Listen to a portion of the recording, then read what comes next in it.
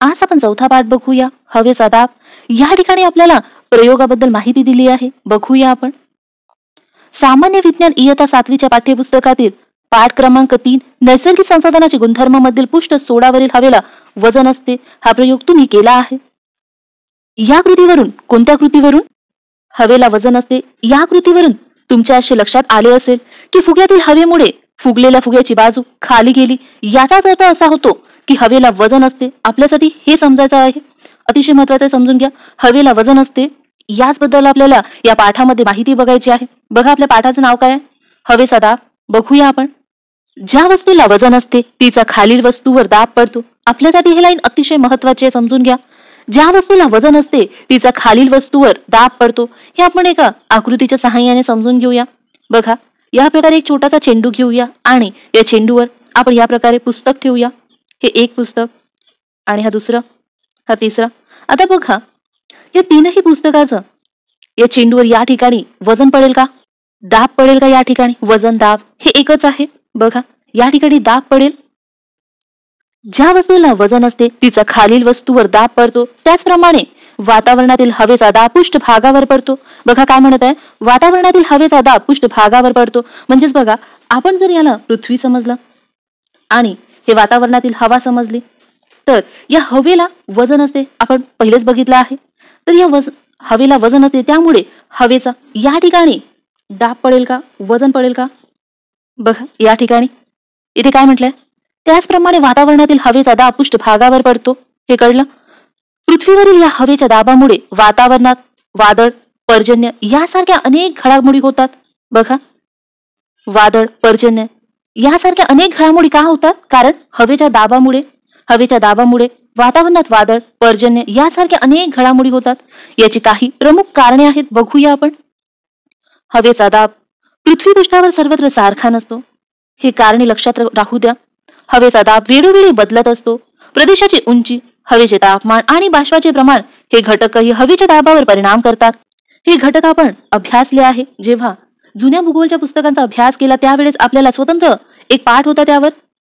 तर ही माहिती आपण बघितली आहे. समोर बघूया. प्रदेशाची उंची व हवेचा दाब बघूया. हवेतील धूलिकण, बाष्प, जड वायू इत्यादी घटकांचे प्रमाण भूपृष्ठालगत जास्त असते. हे महत्वाचं लक्षात घ्या.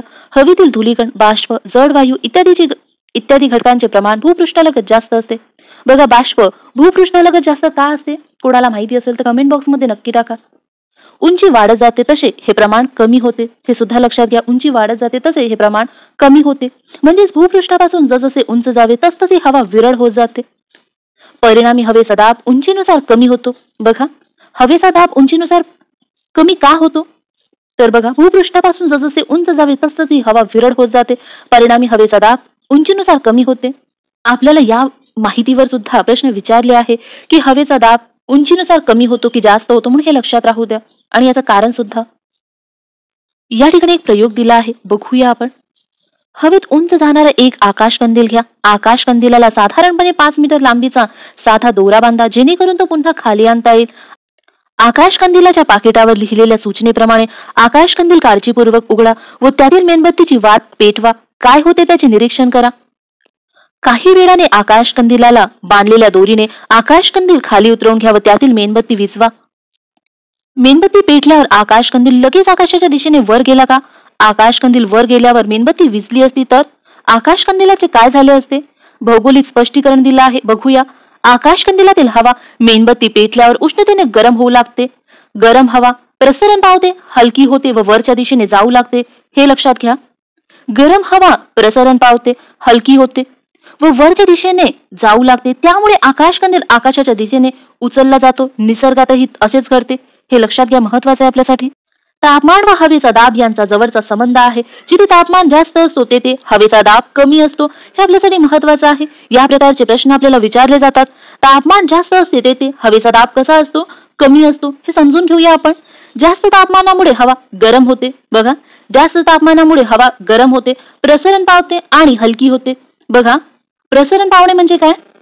आपण जर बर्फ बघितला, बर्फला उष्णता दिल्यावर त्याचं पाणी होते. बर्फ प्रसरण पावते. आणखी बटर, पुन्हा कोकोनट ऑइल तुमच्या घरी वापरत असेल थंडीमध्ये, बघा त्याला उष्णता दिल्यावर ते प्रसरण पावते. जास्त तापमानामुळे हवा गरम होते, प्रसरण पावते आणि हलकी होते. जमिनीलगतची अशी हवा आकाशाकडे वर जाते. अशी हवा म्हणजे काय? तापमानामुळे गरम होऊन हलकी झालेली हवा आकाशाकडे वर जाते. त्यामुळे सदर प्रदेशातील हवेचा दाब कमी होतो. बघा, हे आपली पृथ्वी आहे आणि आणि ही हवा आहे. हे समजून घ्या फक्त. या प्रकारे बघा, आपण समजून घेण्यासाठी बघूया की या ठिकाणी जास्त तापमान आहे. मग जास्त तापमान असेल तर काय होणार? हवा गरम होते आणि गरम होऊन प्रसरण पावते. प्रसरण पावून हवा कशी होईल? हलकी होईल. आणि जमिनीलगत अशी हवा आकाशाकडे वर जाते. बघा, जमिनीलगतची जी या ठिकाणी हवा आहे, जमिनीलगत ही हवा गरम झाल्यावर हलकी झाल्यावर कुठे जाईल? ही हवा आकाशात जाईल. या प्रकारे इथे राहणार नाही हवा. बघा, आता ही हवा इथे राहणार नाही, हे आकाशामध्ये जाईल. या प्रकारे हे आकाशामध्ये निघून जाईल. ही हवा सुद्धा आकाशामध्ये निघून जाईल ही या ठिकाणची. बघा, आता जमिनीलगत हवा राहिली का? नाही. बघा, जमिनीलगतची हवा वर गेल्यानंतर काय होणार? त्यामुळे सदर प्रदेशातील हवेचा दाब कमी होईल. बघा, या ठिकाणी दाब कसा झाला? कमी झाला का? या ठिकाणची हवा गेल्यामुळे वरती, हे या ठिकाणी सांगत आहे. त्यामुळे सदर प्रदेशातील हवेचा दाब कमी होतो. तापमानाचे पट्टे आणि हवेचे दाब पट्टे यांच्या परस्पराशी संबंध असतो, परंतु तापमानाच्या पट्ट्याचा अक्षरुत्तीय विस्तार हा जास्त असतो, तर हवेच्या दाबांचे पट्टे कमी रुंदीचे असतात. आकृती 4.2 अ व ब पहा. उदाहरणार्थ, समशीतोष्ण कटिबंध 23°30 ते 66°30 या अक्षरुत्ता दरम्यान असतात. त्या मानाने हवेच्या दाब पट्ट्यांचा अक्षरुत्तीय विस्तार मर्यादित असतो. सर्वसाधारणपणे तो 10° अक्षरुत्त इतका असतो. तापमानाच्या असमान वितरणाचा परिणाम हवेच्या दाबावरही होतो. त्यामुळे पृथ्वीवर विषुववृत्तापासून दोन्ही ध्रुवाच्या दरम्यान क्षितिज समांतर दिशेत हवेच्या कमी व जास्त दाबाचे पट्टे निर्माण होतात. ही आकृती बघा कशाची आहे? तापमान पट्ट्यांची आहे. आणि ही आकृती कशाची आहे? पृथ्वीवरील हवादाब पट्टे व ग्रहीय वाऱ्यांची आहे. आपण ही आकृती बघूया. बघा, हे 0° अक्षरुत्त, यालाच आपण काय म्हणतो? विषुववृत्त सुद्धा म्हणतो. या ठिकाणी दिलं आहे. आणि 0° अक्षवृत्तापासून ते 23°30 उत्तर अक्षवृत्तापर्यंतच्या प्रदेशाला काय म्हटलं जाते? बघा, उष्ण कटिबंध म्हटलं जाते. या ठिकाणी दिला आहे उष्ण कटिबंध. हे उत्तरेमध्ये सुद्धा आणि दक्षिणेमध्ये सुद्धा 0° अक्षवृत्त ते 23°30 दक्षिण अक्षवृत्तापर्यंतच्या प्रदेशाला उष्ण कटिबंध म्हणतो. या प्रदेशामध्ये सर्वात जास्त उष्णता पडते. आणि बघा, 23°30 उत्तर ते 66°30 उत्तर या प्रदेशांना काय म्हटलं जाते? समशीतोष्ण कटिबंध. तेच दक्षिणेमध्ये पण तेच 23°30 दक्षिण ते 66°30 दक्षिण या प्रदेशाला समशीतोष्ण पट्टा म्हणतात. या ठिकाणी लिहिलं आहे. आणि 66°30 उत्तर ते 90° उत्तर ध्रुव या प्रदेशाला काय म्हणतात? शीत कटिबंध. आणि दक्षिणेमध्ये सुद्धा 66°30 दक्षिण ते 90° दक्षिण ध्रुव याला शीत कटिबंध असा प्रदेश म्हणतात. हे लक्षात घ्या. ही आकृती आपल्यासाठी महत्वाची आहे. या आकृतीवरून आपल्याला समजेल विषुववृत्तीय कमी दाबाचे पट्टे, जास्त दाबाचे पट्टे याबद्दलची आपण माहिती या आकृतीपासून मिळवू शकतो. बघूया आपण विषुववृत्तीय कमी दाबाचा पट्टा या ठिकाणी कसा निर्माण झाला. बघा, या दुसऱ्या आकृतीमध्ये बघा, या ठिकाणी विषुववृत्त आहे. विषुववृत्तावर सर्वात जास्त लंबरूप किरणे पडतात, जास्त ऊन पडतात. मग विषुववृत्तावर तापमान कसं असेल? कमी की जास्त? अर्थातच जास्त असेल. सर्वात जास्त तापमान असेल. आपण काय बघितलं होतं हव्याबद्दल? इथे बघा, जास्त तापमानामुळे हवा गरम होते, प्रसरण पावते आणि हलकी होते. जमिनीलगतची अशी हवा आकाशाकडे वर जाते. त्यामुळे सदर प्रदेशातील हवेचा दाब कमी होतो. बघा, तापमान जास्त असल्यामुळे हवा गरम होते आणि ते प्रसरण पावते आणि प्रसरण पावून ते हलकी होते. हलकी असलेली हवा आकाशाकडे वर जाते आणि त्या प्रदेशातील हवेचा दाब कसा होतो? कमी होतो. आकृतीमध्ये बघा. बघा, आता या विषुववृत्ताजवळ सर्वात जास्त उष्णता आहे, तापमान आहे. म्हणजेच इथची हवा कशी झाली? प्रसरण पावून हलकी झाली आणि ती कुठे? वर गेली. म्हणजेच या ठिकाणी कमी दाबाचा पट्टा निर्माण झाला आहे. इथे कमी दाबाचा पट्टा समोर बघा, या ठिकाणी मध्य अक्षवृत्तीय जास्त दाब पट्टा आहे. आता हा कसा निर्माण झाला असेल? बघा, विषुववृत्तीय कमी दाबाचा पट्टा या ठिकाणी सूर्यकिरण लंबरूप पडतात, उष्णता जास्त असते.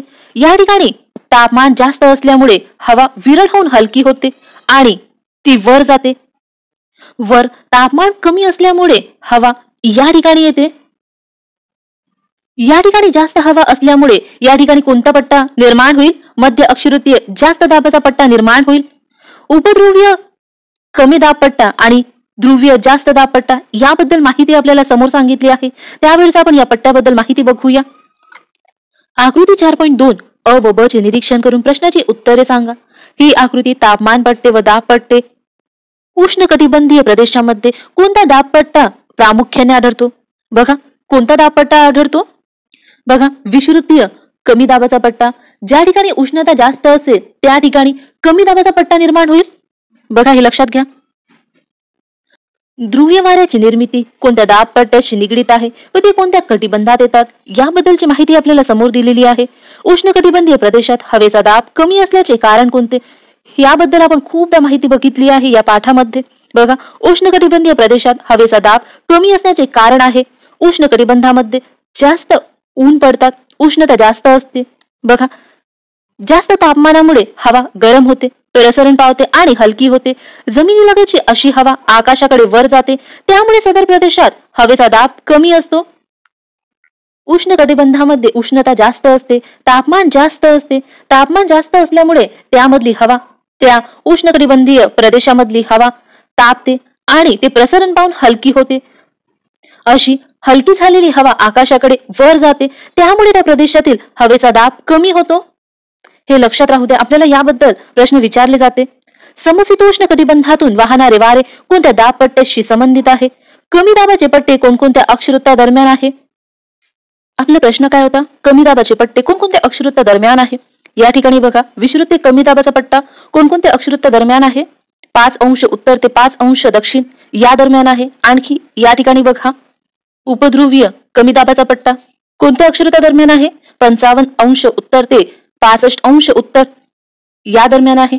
आणखी बघा, या ठिकाणी दक्षिणेमध्ये सुद्धा 55 अंश दक्षिण ते 65 अंश दक्षिण या दरम्यान आहे उपध्रुवीय कमी दाबाचा पट्टा. या ठिकाणी कमी दाबाचा पट्टा कसा काय निर्माण झाला हे आपल्याला समोर माहिती दिली आहे. बघूया आपण. भूपृष्ठावरील दाब पट्टे बघूया. सूर्यापासून पृथ्वीला मिळणारी उष्णता असमान आहे. विषुवृत्तापासून उत्तर ध्रुवाकडे आणि दक्षिण ध्रुवाकडे तापमानाचे वितरण असमान असते. बघा, विषुवृत्तावर जास्त तापमान होतं आणि ध्रुवाकडे जाताना कमी कमी होत जात होतं, तेच वितरण असमान आहे. त्यामुळे प्रथम तापमान पट्टे निर्माण होतात. हे आपण मागील इयतेत शिकलो आहोत. तापमान पट्ट्यांच्या पार्श्वभूमीवर दाब पट्ट्यांची निर्मिती होते. हे लक्षात घ्या, तापमान पट्ट्याच्या पार्श्वभूमीवर दाब पट्ट्यांची निर्मिती होते. विषुवृत्तीय कमी दाबाचा पट्टा बघूया.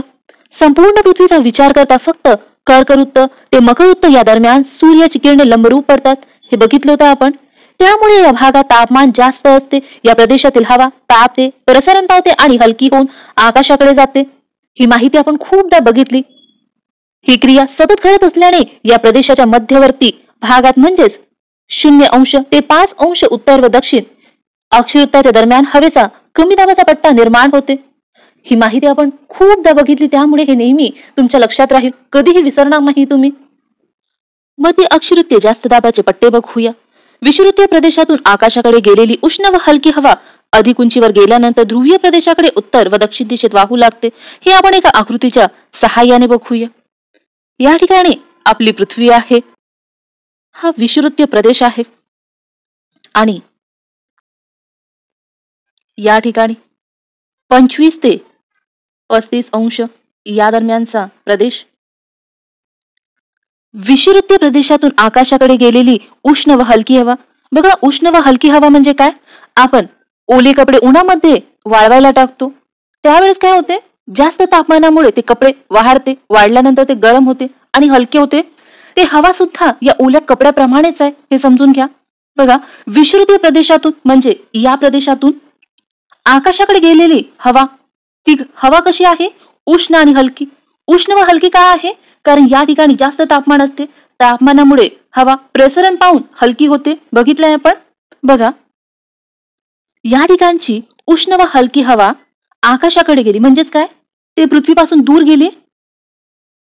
आकाशापासून अधिक उंचीवर गेल्यानंतर ध्रुवीय प्रदेशाकडे उत्तर व दक्षिण दिशेत वाहू लागली. बघा, या प्रकारे उत्तर ध्रुवाकडे आणि या प्रकारे दक्षिण ध्रुवाकडे ती वाहू लागली.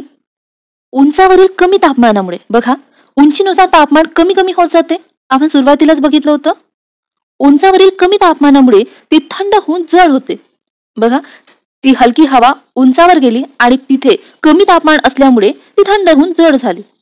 जड झालेली ही हवा उत्तर व दक्षिण गोलार्धात 25 अंश ते 35 अंश अक्षवृत्ताच्या दरम्यान जमिनीच्या दिशेने खाली आली. या ठिकाणी बघा, 25 ते 35 या ठिकाणी ती खाली आली. परिणामी उत्तर गोलार्धात आणि दक्षिण गोलार्धात 25 अंश ते 35 अंश अक्षवृत्ताच्या दरम्यान हवेचे जास्त दाबाचे पट्टे निर्माण झाले. बघा, आता बघा, या ठिकाणी पृथ्वीच्या जास्त हवा आली तर हवेचा दाब पृथ्वीच्या या भागावर पडेल, म्हणजेच या ठिकाणी जास्त दाबाचे पट्टे निर्माण होईल. हेच सांगत आहे या ठिकाणी. परिणामी उत्तर गोलार्धात आणि दक्षिण गोलार्धात 25 अंश ते 35 अंश अक्षवृत्ताच्या दरम्यान हवेचे जास्त दाबाचे पट्टे निर्माण होतात. ही हवा कोरडी असते. बघा, या ठिकाणी जी हवा आहे ती कशी आहे? कोरडी आहे. त्यामुळे या प्रदेशात पाऊस पडत नाही. बघा, या प्रदेशात आणि या ठिकाणी दक्षिणेमध्ये सुद्धा बी हवा कोरडी असल्यामुळे त्या प्रदेशात पाऊस पडत नाही. परिणाम काय होते? परिणामी पृथ्वीवरील बहुतेक उष्ण वाळवंटे या प्रदेशात आढळतात. बघा, खरंच आढळतात का? आपण एकदा भारताचा मॅप बघूया. या मॅप मध्ये या ठिकाणी एक रेष दिली आहे. ही रेष काय आहे? 23 अंश अक्षवृत्त आहे. आणखी त्याच्या समोर एक रेष दिली आहे. या ठिकाणी ती काय आहे? 24 अंश रेखावृत्त. याचाच अर्थ समोर 25 अंश रेखावृत्त असेल आणि त्याच्या समोर कुठेतरी 35 अंश रेखावृत्त असेल. आपण 25 आणि 35 अंश रेखावृत्ताच्या दरम्यानच्या प्रदेशाबद्दल काय बघितलं होतं? या प्रदेशात ही हवा कशी असते? कोरडी असते. आणि हवा कोरडी असल्यामुळे या ठिकाणी पाऊस पडणार का? नाही. म्हणून बहुतेक या ठिकाणी काय असेल? वाळवंट असेल. आता बघा, राजस्थानमध्ये वाळवंट आहे का? या ठिकाणी आहे वाळवंट. हे आता तुम्हाला कळलं असेल या ठिकाणी वाळवंट का आहे आणि कसा निर्माण झाला आहे. समोर बघूया. हे आपण आणखी एकदा वाचूया आपल्याला नेहमी लक्षात राहण्यासाठी. विषुवतीय प्रदेशातून आकाशाकडे गेलेली उष्ण व हलकी हवा अधिक उंचीवर गेल्यानंतर ध्रुवीय प्रदेशाकडे उत्तर व दक्षिण दिशेत वाहू लागते. उंचावरील कमी तापमानामुळे ती थंड होऊन जड होते. जड झालेली ही हवा उत्तर व दक्षिण गोलार्धात 25 अंश ते 35 अंश अक्षवृत्ताच्या दरम्यान जमिनीच्या दिशेने खाली येते. परिणामी उत्तर गोलार्धात आणि दक्षिण गोलार्धात 25 अंश ते 35 अंश अक्षवृत्ताच्या दरम्यान हवेचे जास्त दाबाचे पट्टे निर्माण होतात. ही हवा कोरडी असते. त्यामुळे या प्रदेशात पाऊस पडत नाही. हे लक्षात घ्या. त्यामुळे या प्रदेशात पाऊस पडत नाही. परिणामी पृथ्वीवरील बहुतेक उष्ण वाळवंटे या प्रदेशात आढळतात. हे लक्षात घ्या. उपध्रुवीय कमी दाबाचे पट्टे बघूया. पृथ्वीचा ध्रुवाकडे जाणारा भाग तोलनीदृष्ट्या वक्राकार आहे. त्यामुळे ध्रुवाकडील प्रदेशाचे क्षेत्र कमी होत जाते. या आकारामुळे वाऱ्यांना बाहेर पडण्यास जास्त वाव मिळतो. पृथ्वीच्या पृष्ठभागावरील हवेच्या कमी घर्षणामुळे तसेच परिवलनाच्या गतीमुळे या भागातील हवा बाहेर फेकली जाऊन, बघा हे महत्वाचे आपल्यासाठी, परिवलन म्हणजे काय? पृथ्वी स्वतःभोवती फिरण्याच्या गतीमुळे या भागातील हवा बाहेर फेकली जाते. म्हणजेच काय? उपध्रुवीय कमी दाबाच्या पट्ट्यामध्ये हवाच नाहीये. म्हणजेच बघा, ही पृथ्वी आणि या ठिकाणी असेल तर या ठिकाणी हवाच नाहीये. या ठिकाणी हवाच नाहीये तर या ठिकाणी वजन असेल का? दाब असेल का? अर्थातच नाहीये. दाब नसणार या ठिकाणी. परिवलनाच्या गतीमुळे या भागातील हवा बाहेर फेकली जाऊन तेथे कमी दाबाचा पट्टा निर्माण होतो. हा परिणाम 55 अंश ते 65 अंश अक्षवृत्ताच्या दरम्यान उत्तर व दक्षिण गोलार्धात दिसून येतो. बघा, या ठिकाणी उपध्रुवीय कमी दाबाचा पट्टा 55 अंश ते 65 अंश उत्तर आणि दक्षिणेमध्ये बघा 55 अंश ते 65 अंश दक्षिण. या ठिकाणी ध्रुवीय जास्त दाबाचे पट्टे बघूया. दोन्ही ध्रुवीय प्रदेशात वर्षभर तापमान 0 अंश सेल्सिअस पेक्षाही कमी असते. त्यामुळे तेथील हवा थंड असते. हे लक्षात घ्या. बघा, दोन्ही ध्रुवीय प्रदेशात वर्षभर तापमान कसं असते? 0 अंश सेल्सिअस पेक्षाही कमी असते. त्यामुळे तेथील हवा कशी असेल? थंड असते. परिणामी ध्रुवीय प्रदेशात पृथ्वीपृष्ठाजवळ हवेच्या जास्त दाबाचे पट्टे निर्माण होतात. त्यांना ध्रुवीय जास्त दाबाचे पट्टे असे म्हणतात. ही स्थिती 80 अंश ते 90 अंश उत्तर व दक्षिण या अक्षवृत्ता दरम्यान दिसून येते. हे बघूया आपण. बघा, दोन्ही ध्रुवीय प्रदेशात म्हणजे हा उत्तर ध्रुव आणि दक्षिण ध्रुव या दोन्ही ध्रुवीय प्रदेशामध्ये वर्षभर तापमान कसं असते, 0 अंश सेल्सिअस पेक्षाही कमी असते. त्यामुळे या प्रदेशातील हवा कशी असेल, थंड असेल आणि परिणाम याचा काय होईल तर या ठिकाणी पृथ्वीच्या पृष्ठभागाजवळ जास्त दाबाचे पट्टे निर्माण होईल, उत्तर ध्रुवाजवळही आणि दक्षिण ध्रुवाजवळही. समोर बघूया, सूर्याच्या उत्तरायण व दक्षिणायन या क्रियांमुळे पृथ्वीवर पडणाऱ्या सूर्यप्रकाशाचा कालावधी आणि तीव्रता विषुववृत्तापासून उत्तर व दक्षिण गोलार्धादरम्यान बदलत जाते. त्यामुळे तापमानपट्टे व त्यावर अवलंबून असलेल्या दाबपट्ट्यांच्या स्थानात बदल होतो. हा बदल सर्वसाधारणपणे उत्तरायणात 5 अंश ते 7 अंश उत्तरेकडे किंवा दक्षिणायनात 5 अंश ते 7 अंश दक्षिणेकडे असा होतो. यालाच हवादाबपट्ट्यांचे आंदोलन म्हणून ओळखले जाते. बघा, हे लक्षात घ्या, हवादाबपट्ट्यांचे आंदोलन म्हणून कशाला ओळखले जाते. बघा, दाबपट्ट्यांच्या स्थानात बदल होतो, यालाच हवादाबपट्ट्यांचे आंदोलन म्हणून ओळखले जातात. पण बघा, दाबपट्ट्यांच्या स्थानात बदल कसा होतो. बघा, सूर्याच्या उत्तरायण व दक्षिणायन या क्रियांमुळे पृथ्वीवर पडणाऱ्या सूर्यप्रकाशाचा कालावधी आणि तीव्रता विषुववृत्तापासून उत्तर व दक्षिण गोलार्धादरम्यान बदलत जाते.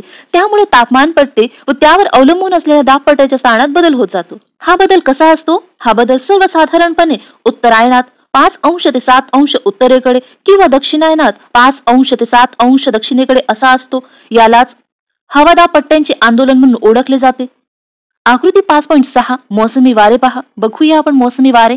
हे नेहमी लक्षात ठेवा, तापमानपट्टे व हवादाबपट्टे यामध्ये महत्वाचा फरक म्हणजे तापमानपट्टे सलग असून ते विषुववृत्ताकडून दोन्ही ध्रुवाकडे जास्त तापमान ते कमी तापमान असे पसरलेले असतात. हवादाबपट्टे सलग नसून कमी व जास्त हवादाबाची क्षेत्रे विषुववृत्तापासून दोन्ही ध्रुवाकडे जाताना वेगवेगळ्या भागात आढळतात. हे आपण आकृतीमध्ये बघूया. परिणाम बघूया.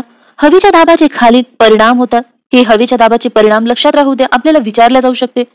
वाऱ्याची निर्मिती, वादळे निर्माण होतात, आरोह पर्जन्याची निर्मिती होते, हवेच्या दाबाचा श्वसन क्रियेवरही परिणाम होते. हे चारही परिणाम लक्षातच राहू द्या, महत्वाचे आहे. समदाब रेषा बघूया. समान हवेचा दाब असलेली ठिकाणे ज्या रेषेने नकाशावर जोडलेली असतात त्या रेषाला समदाब रेषा असे म्हणतात. समदाब रेषा म्हणजे काय तर समान हवेचा दाब असलेली ठिकाणे ज्या रेषेने नकाशावर जोडलेली असतात त्या रेषेला समदाब रेषा असे म्हणतात. बघा, या ठिकाणी एक आकृती दिली आहे. जागतिक हवादाब वितरण वार्षिक सरासरी हवादाब मूल्य मिलीबार मध्ये सांगितलं आहे. वरील नकाशाचे निरीक्षण करून हवेच्या दाबाचे वितरण आपल्याला समजून घ्यायचं आहे. त्यासाठी पुढील मुद्दे विचारात घ्यायला सांगितले आहे. बघा, हे मुद्दे. समदाब रेषांचे स्वरूप बघायचं आहे. कमी व जास्त हवेच्या दाबाचे प्रदेश आणि त्याचा अक्षृत्य विस्तार, खंड व महासागर या भागातील समदाब रेषांची दिशा व अंतर, उत्तर दक्षिण गोलार्धातील समदाब रेषांची तुलना. बघा, हा हे कर्कवृत्त आहे आणि हे मकरवृत्त आणि हे विषुववृत्त. हा एवढा भाग या ठिकाणी जास्त ऊन पडते का. कर्कवृत्त ते मकरवृत्त आपण बघितलं होतं आणि हे विषुववृत्त. या ठिकाणी तापमान कसं आहे, जास्त आहे. म्हणजेच काय, या ठिकाणी दाब कसा असेल, कमी असेल की जास्त असेल. अर्थातच कमी असेल. बघा, या ठिकाणच्या रेषा दूर दूर आहे. बघा, या ठिकाणच्या रेषा बघा दूर दूर आहे, पण इथे बघा रेषा जवळ जवळ आहे. म्हणजेच काय, इथे हवेचा दाब जास्त आहे, कारण हे ध्रुव आहे आणि ध्रुवावर तापमान कसं असते, 0 अंश सेल्सिअस पेक्षाही जास्त. त्यामुळे या ठिकाणी दाब कसा असेल, जास्त असेल. आपण बघितलं होतं. उत्तरेमध्ये बघा समदाब रेषा दूर दूर आहे, खंडामध्ये तर खूपच दूर दूर आहे, पण दक्षिणेमध्ये बघा किती जवळ जवळ आहे समदाब रेषा. या ठिकाणी बघा, आपल्यासाठी हे माहिती अतिशय महत्वाची आहे. बघा, समुद्र सपाटीवर हवेचा दाब हा 1013.2 मिलीबार एवढा असतो. हे लक्षातच राहू द्या. वन लाइनर क्वेश्चन तुम्हाला विचारले जाऊ शकते या प्रकारचा. जरा डोके चालवा. विषुववृत्तावर हवेचा दाब कमी असतो, तर आर्टिक वृत्तावर हवेचा दाब कसा असेल. आधी आर्टिक वृत्तावर तापमान कसं असेल ते बघा. हे नेहमी लक्षात ठेवा. हवेचा दाब हा मिलीबार या एककात मोजला जातो. हे अतिशय महत्वाचं. यावर आपल्याला जोड्या लावामध्ये प्रश्न असतो. आणखी वन लाइनर पण क्वेश्चन विचारला जाऊ शकतो. पण हे लक्षात ठेवा, हवेचा दाब हा मिलीबार या एककात मोजला जातो. त्यासाठी हवादाब मापक हे उपकरण वापरले जाते. पृथ्वीपृष्ठाजवळ हवेच्या दाबाची नोंद या उपकरणाद्वारे मोजली जाते. ही माहिती आपल्यासाठी महत्वाची आहे. लक्ष देऊन बघा. पृथ्वीच्या गुरुत्वाकर्षण शक्तीमुळे पृथ्वीशी निगडीत असलेल्या सर्वच गोष्टी पृथ्वीला जकडून राहतात. हे लक्षात घ्या. पृथ्वीच्या गुरुत्वाकर्षण शक्तीमुळे पृथ्वीशी निगडीत असलेल्या सर्वच गोष्टी पृथ्वीला जकडून राहतात. यामधून वायू रूपात असलेली हवा देखील सुटत नाही. पृथ्वीच्या गुरुत्वाकर्षण शक्तीमुळे वातावरणातील हवा पृथ्वी पृष्ठाकडे ओढली जाते, हे लक्षात घ्या. पृथ्वीच्या गुरुत्वाकर्षण शक्तीमुळे वातावरणातील हवा पृथ्वी पृष्ठाकडे ओढली जाते, म्हणून समुद्र सपाटीजवळ हवेचा दाब जास्त असतो. बघा, या ठिकाणी एक प्रश्न बनू शकतो, समुद्र सपाटीजवळ हवेचा दाब जास्त का असतो? कारण पृथ्वीच्या गुरुत्वाकर्षण शक्तीमुळे वातावरणातील हवा पृथ्वी पृष्ठभागाजवळ ओढली जाते, म्हणून समुद्र सपाटीजवळ हवेचा दाब कसा असतो? जास्त असतो. वातावरणातील हा हवेचा दाब सर्वत्र असल्यामुळे आपल्यावरही हा हवेचा दाब कार्य करतो, हे लक्षात घ्या. बघा, हवेचा दाब आपल्यावरही कार्य करतो. असे म्हटले जाते की सर्वसाधारणपणे प्रत्येक व्यक्तीच्या डोक्यावर असलेल्या हवेच्या स्तंभाचे वजन 1000 किलोग्राम असते. हा आकडा लक्षात घ्या. या ठिकाणी आपला हा पाठ संपतो. हे महत्वाचं नाही आपल्यासाठी. बघा, या ठिकाणी प्रश्न दिला आहे, हवेचा दाब उंचीनुसार कमी होतो, याचं कारण काय? आपण बघितलं होतं, विषुववृत्तावरची हवा हलकी होऊन ते वर जाते, त्यानंतर काय होते? बघा, आपण शिकलो आहोत हवादाब पट्ट्यांचे आंदोलन, हे आत्ताच बघितलं आपण. हवेच्या दाबावर तापमानाचा कोणता परिणाम होतो? उपध्रुवीय भागात कमी दाबाचा पट्टा का निर्माण होतो, हे आपण बघितलं आहे. ह्या प्रश्नाचे उत्तर थोडक्यात कोणाला समजत असेल तर कमेंट बॉक्समध्ये नक्की लिहा. पृथ्वीवर हवेचा दाब रिकामी जागा आहे. बघा, हवेचा दाब समान आहे का, की असमान आहे, की कमी की जास्त आहे? विषुववृत्तावर हवेचा दाब कसा आहे? कमी आहे. ध्रुवावर जास्त आहे, म्हणजेच काय समान झालं की असमान? अर्थातच असमान झालं. 5 अंश उत्तर व 5 अंश दक्षिण अक्षवृत्ता दरम्यान रिकामी जागा दाबाचा पट्टा आहे. बघा, विषुववृत्तीय कमी दाबाचा पट्टा आहे, ही रिकामी जागा. बघा, हवेचा दाब रिकामी जागा या परिमाणात सांगतात. याचं उत्तर तुम्ही मला कमेंट करून द्या. या ठिकाणी हा पाठ संपतो. या ठिकाणी आपण थांबूया. आता आपण 5वा पाठ बघूया, वारे. या ठिकाणी वारा समजून सांगण्यासाठी काही प्रश्न दिले आहे आणि या ठिकाणी वारा समजून सांगण्यासाठी एक कृती दिली आहे. हे कोणासाठी आहे? अर्थातच 7वीच्या मुलांसाठी आहे. हे आपल्या एक्झाम दृष्ट्या महत्वाचे नाही. आपण समोर बघूया. ही आकृती आपल्यासाठी खूप महत्वाची आहे, लक्ष देऊन बघा. पृथ्वीवर हवेचा दाब एक समान नसतो, हे आपण शिकलो आहोत. मागच्या लेक्चरमध्ये शिकलो आहोत आपण. विषुववृत्तावर दाब कसा असेल? कमी असेल. त्यानंतर 30 अंश अक्षवृत्तावर दाब कसा असेल? जास्त असेल. मागच्या लेक्चरच्या विद्यार्थ्यांनी बघितलं, त्यांना हे माहिती आहे की कमी दाब विषुववृत्तावर का आहे? कारण तापमान कसं आहे विषुववृत्तावर? जास्त आहे. आणि बघा, तापमान आणि हवेचा दाब याचा काय संबंध आहे? तर बघा, विषुववृत्तावर सर्वात जास्त उष्णता असते, तापमान असते, त्यामुळे या ठिकाणची हवा जड हवा काय होते? प्रसरण पावते आणि ती हलकी होऊन आकाशाकडे उंचवर निघून जाते. म्हणून या ठिकाणी जर हवा राहिलीच नाही तर हवेचा दाब असेल का? नाही. म्हणून या ठिकाणी दाब कसा असेल? हवेचा कमी असते. आता प्रसरण पावणे म्हणजे काय? तर बघा, जड हव्याला एका ओल्या कपड्यासारखं समजा. म्हणजेच बघा, आपण कपडे रोज वाळू घालतो, ओले. जास्त उष्णतेमुळे, तापमानामुळे, उन्हामुळे कपडे वाढते आणि ते हलके होते. तसंच या ठिकाणची विषुववृत्तावरची हवा जड असते, ते तापमानामुळे वाढून कशी होते? हलकी होते आणि ती हलकी झालेली हवा वर निघून जाते. या प्रकारे जड हवेला समजून घ्या. हे महत्वाचं, लक्ष देऊन बघा. जास्त दाबाच्या पट्ट्याकडून कमी दाबाच्या पट्ट्याकडे हवेची हालचाल क्षिती समांतर दिशेत होते. या हालचालीमुळे वाऱ्याची निर्मिती होते. बघा, वाऱ्याची निर्मिती कशी होते? जास्त दाबाच्या पट्ट्याकडून कमी दाबाच्या पट्ट्याकडे हवेची हालचाल क्षिती समांतर दिशेत होते. या हालचालीमुळे वाऱ्याची निर्मिती होते. थोडक्यात काय? तर हवेच्या हालचालीमुळे वाऱ्याची निर्मिती होते. या आकृतीत बघा, जास्त दाबाच्या पट्ट्याकडून कमी दाबाच्या पट्ट्याकडे हवेची हालचाल होते. या हालचालीमुळे वारे निर्माण होतात, हे लक्षात घ्या. हवेच्या दाबाच्या फरकातील तीव्रतेचा परिणाम वाऱ्याच्या गतीवर होतो. बघा, हवेच्या दाबाच्या फरकातील तीव्रतेचा परिणाम वाऱ्याच्या गतीवर होतो. म्हणजेच कसा? बघा, या ठिकाणी कमी आहे आणि या ठिकाणी जास्त आहे. यांच्यामध्ये फरक कसा असेल? फरक जास्त आहे, त्यामुळे वाऱ्याच्या गतीवर याचा परिणाम होतो, हे सांगत आहे. हवेच्या दाबातील फरक जिथे कमी असेल तेथे वारे मंद गतीने वाहतात. बघा, हवेच्या दाबातील फरक जिथे कमी असेल तेथे वारे कसे वाहणार? मंद गतीने वाहणार. हवेच्या दाबाच्या फरकातील तीव्रतेचा परिणाम वाऱ्याच्या गतीवर होतो. बघा, हवेच्या दाबाच्या फरकातील म्हणजेच बघा, या ठिकाणी कमी दाब आहे 5 अंश उत्तर ते 5 अंश दक्षिण मध्ये, आणि मग डायरेक्ट 25 अंश ते 35 अंश हा प्रदेश दाखवला आहे जास्त दाब. म्हणजेच बघा, या दोन प्रदेशादरम्यान फरक, दाबातील फरक तीव्र आहे का? जास्त आहे का? आहे. मग या फरकाचा वाऱ्याच्या गतीवर परिणाम होतो. तर वाऱ्याच्या गतीवर कसा परिणाम होतो हे आपण बघूया. हवेच्या दाबातील फरक जेथे कमी असेल, बघा हवेच्या दाबातील फरक जेथे कमी असेल, या ठिकाणी कमी आहे का? नाही.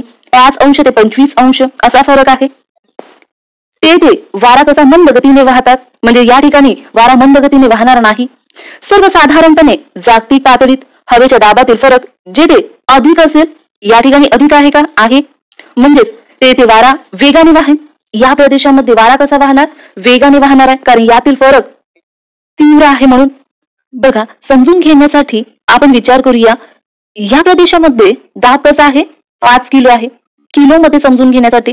आणि या ठिकाणी समजा 35 किलो आहे दाब. तर या दोन प्रदेशातील दाबातील फरक कसा आहे?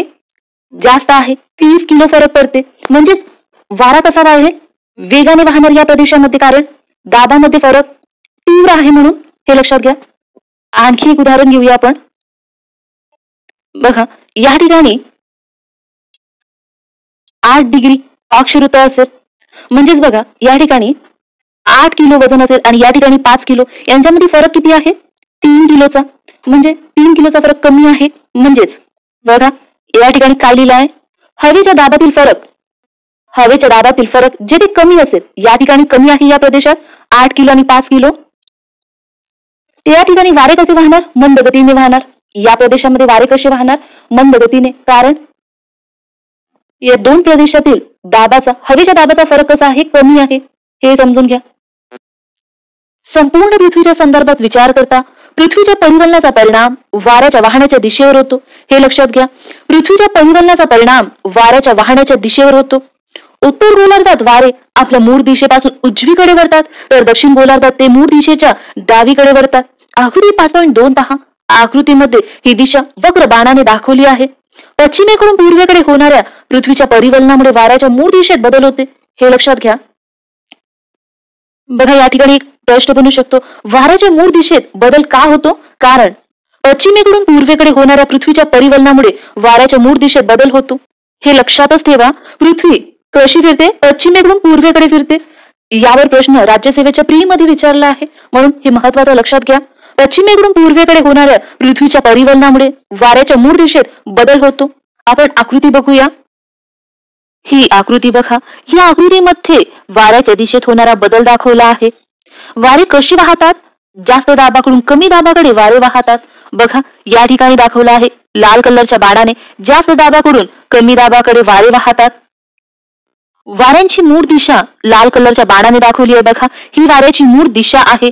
आणि या ठिकाणी वक्रकार निळ्या कलरच्या बाणाने काय दर्शवलेलं आहे? परिवलनामुळे वाऱ्याची बदललेली दिशा दर्शवली आहे. हे लक्षात घ्या. हे महत्वाचं आहे आपल्यासाठी. या ठिकाणी तुमच्यासाठी एक प्रश्न बनतो. उत्तर गोलार्धात वारे आपल्या मूळ दिशेपासून कोणत्या दिशेला वळतात? बघा, या ठिकाणी उजव्या दिशेला वळतात. हे लक्षात घ्या. आणि दक्षिण गोलार्धात वारे आपल्या मूळ दिशेपासून कोणत्या दिशेला वळतात? डावीकडे वळतात. बघा, या प्रकारे. बघा, हे लक्षातच राहू द्या. उत्तर गोलार्धात वारे आपल्या मूळ दिशेपासून उत्तरेकडे वळतात. हे लक्षात राहू द्या. हे विचारले जाऊ शकते आपल्याला. आणि दक्षिणेमध्ये डावीकडे वळतात. समोर बघूया. इथे बघा, पृथ्वीच्या परिवलनाचा परिणाम वाऱ्याच्या वाहण्याच्या दिशेवर होतो. उत्तर गोलार्धात वारे आपल्या मूळ दिशेपासून उजवीकडे वळतो. आताच बघितलं आपण आकृतीमध्ये. हे लक्षात राहू द्या. तर दक्षिण गोलार्धात ते मूळ दिशेच्या डावीकडे वळतात. हे दोन लक्षात राहू द्या. या ठिकाणी एक तक्ता दिला आहे, बघूया आपण. खाली तक्त्यात वाऱ्याची बदललेली दिशा लिहायची आहे. या ठिकाणी हवेच्या दाबाचे पट्टे दिले आहे. मध्य अक्षवृत्त आणि ध्रुव, आणि उत्तर गोलार्ध आणि दक्षिण गोलार्ध. या ठिकाणी तुम्हाला काय विचारत आहे की मध्य अक्षवृत्त म्हणजेच हे या आकृतीमध्ये बघा 25 अंश ते 35 अंश अक्षवृत्त दरम्यानच्या प्रदेशामधून या ठिकाणाहून वारे कोणत्या दिशेला वळतात? पृथ्वीच्या परिवलनामुळे. हे विचारत आहे. आपण त्या आकृतीमध्ये बघूया. हा मध्य अक्षवृत्तीय जास्त दाबाचा पट्टा आहे आणि हे वाऱ्याची मूळ दिशा. बघा, उत्तर गोलार्धामध्ये वारे आपल्या मूळ दिशेपासून कोणत्या दिशेला वळतात? उत्तर गोलार्धामध्ये. या ठिकाणी दाखवलंय बघा. आणि ध्रुवावरून सुद्धा ते उत्तरेलाच वळते. हे लक्षातच ठेवा. ते वारे ध्रुवावरून येत असेल की मध्य अक्षवृत्तीय जास्त दाबाच्या पट्ट्यामधून येत असेल? उत्तर गोलार्धामधून वाहत आहे, म्हणजेच काय? उत्तर दिशेलाच वळणार. आणि दक्षिणेमध्ये ते कुठूनही वाहत असेल ते डावीकडेच वळणार. एवढंच लक्षात ठेवा. वाऱ्याची बदललेली दिशा सांगायची आहे आपल्याला. मध्य अक्षर आणि उत्तर गोलार्धामध्ये वाऱ्याची दिशा, बदललेली दिशा कोणती असेल? उत्तर. हे डायरेक्ट लिहूनच टाका, उत्तर. आणि दक्षिणेमध्ये काय? डावीकडे वळणार. आणि ध्रुवावरून उत्तर गोलार्धामध्ये उत्तर आणि दक्षिण गोलार्धामध्ये डावीकडे वळणार. या ठिकाणी काही महत्वाचे प्रश्न दिले आहे, बघूया आपण. आकृती 5.3 चे निरीक्षण करून प्रश्नाची उत्तरे सांगा. उत्तर गोलार्धात मध्य अक्षरुतीय जास्त दाबाकडून विषुवतीय कमी दाबाच्या पट्ट्याकडे वाहणारे वारे कोणते? बघा, मध्य अक्षरुतीय जास्त दाबाचा प्रदेश म्हणजे कोणता? तर दोन्ही गोलार्धात 25° ते 35° अक्षरुत्या दरम्यानचा प्रदेश. हे आपण खूपदा बघितलं आहे, तरी मी तुम्हाला सांगते का? कारण ते नेहमीसाठी तुमच्या डोक्यामध्ये राहावं. पुन्हा पुन्हा हे पुस्तक वाचण्याची गरज पडली पाहिजे नाही तुम्हाला, म्हणून ते समजून घ्या. पश्चिमी वाऱ्याची दक्षिण गोलार्धातील दिशा कोणती? ह्या सर्व प्रश्नाचं उत्तर आपण समोर बघणार आहोत. बघा, या ठिकाणी सुद्धा ग्रहीय वारे आपल्याला बघायचे आहे. आपल्यासाठी अतिशय महत्वाचा आहे, यावर आपल्याला प्रश्न असतेच, म्हणून लक्ष द्या. पश्चिमी वाऱ्याची दक्षिण गोलार्धातील दिशा कोणती? मध्य अक्षरुत्तीय जास्त दाबाच्या पट्ट्याकडून उपध्रुवीय कमी दाबाच्या पट्ट्याकडे कोणते ग्रहीय वारे उत्तर गोलार्धात वाहते? ध्रुवीय वाऱ्याची दिशा दोन्ही गोलार्धात सारखीच का नसते? दक्षिण गोलार्धात वाऱ्याचे कोणकोणते प्रकार आढळतात? पूर्वीय वारे उत्तर व दक्षिण गोलार्धात कोणकोणत्या दिशेला वाहतात? या ठिकाणी बघा, पश्चिमी वारे, पूर्वीय वारे, आणखी इथे पूर्वीय वारे दिले आहे. याबद्दलची माहिती आपण समोर बघूया. वारे ज्या दिशेकडून वाहत येतात त्या दिशेच्या नावाने ते ओळखले जातात. बघा, वारे कोणत्या दिशेच्या नावाने ओळखले जातात? वारे ज्या दिशेकडून वाहत येतात त्या दिशेच्या नावाने ते ओळखले जातात. या आकृतीमध्ये बघा, हे पश्चिमेकडून वाहत येत आहे. बघा, वारे, ते याला पश्चिमी वारे म्हणून ओळखले जात आहे. आणि हे पूर्वेकडून येत आहे, या प्रकारे ते याला पूर्वीय वारे म्हणून ओळखले जात आहे. आणि इथे बघा, ध्रुवीय वारे, हे ध्रुवाकडून वाहत येत आहे. बघा, या प्रकारे वारे ज्या दिशेकडून वाहत येतात त्या दिशेच्या नावाने ते ओळखले जातात. उदाहरणार्थ, पश्चिमी वारे म्हणजे पश्चिमेकडून येणारे वारे होय. वाऱ्याची हालचालीची दिशा, कालावधी, व्यापलेला प्रदेश, हवेची स्थिती यावरून वाऱ्यांचे पुढील प्रकार पडतात. ग्रहीय वारे, आपण ग्रहीय वारे बघूया, महत्वाचा आहे.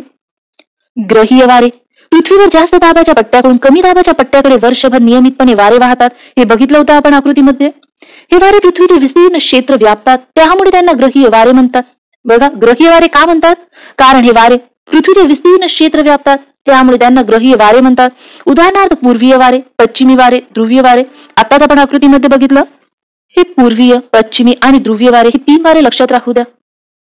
हा पॅरेग्राफ आपल्यासाठी महत्वाचा आहे, यावर आपल्याला प्रश्न विचारले जाऊ शकते. लक्ष देऊन बघा. दोन्ही गोलार्धात 25° ते 35° अक्षरुत्याच्या दरम्यान असलेल्या जास्त दाबाकडून विषुवतीय कमी दाबाच्या पट्ट्याकडे वारे वाहतात. हे बघूया आपण आकृतीमध्ये. या आकृतीमध्ये बघा, 25° ते 35° मध्य अक्षरुत्तीय जास्त दाबाच्या पट्ट्याकडून विषुवतीय कमी दाबाच्या पट्ट्याकडे वारे वाहत आहे. याची दिशा बघा. दोन्ही गोलार्धात 25 ते 35° अक्षरुत्याच्या दरम्यान असलेल्या जास्त दाबाकडून विषुवतीय कमी दाबाच्या पट्ट्याकडे वारे वाहतात. आताच बघितलं आपण आकृती 5.3 मध्ये. पृथ्वीच्या परिवलनाचा या वाऱ्यावर परिणाम होऊन त्यांची मूळ दिशा बदलते. बघा, या आकृतीमध्ये वाऱ्यांची मूळ दिशा लाल कलरच्या बाणाने दाखवली आहे ही, आणि परिवलनामुळे वाऱ्याची बदललेली दिशा निळ्या कलरच्या बाणाने दाखवली आहे. बघा, या बाणाने.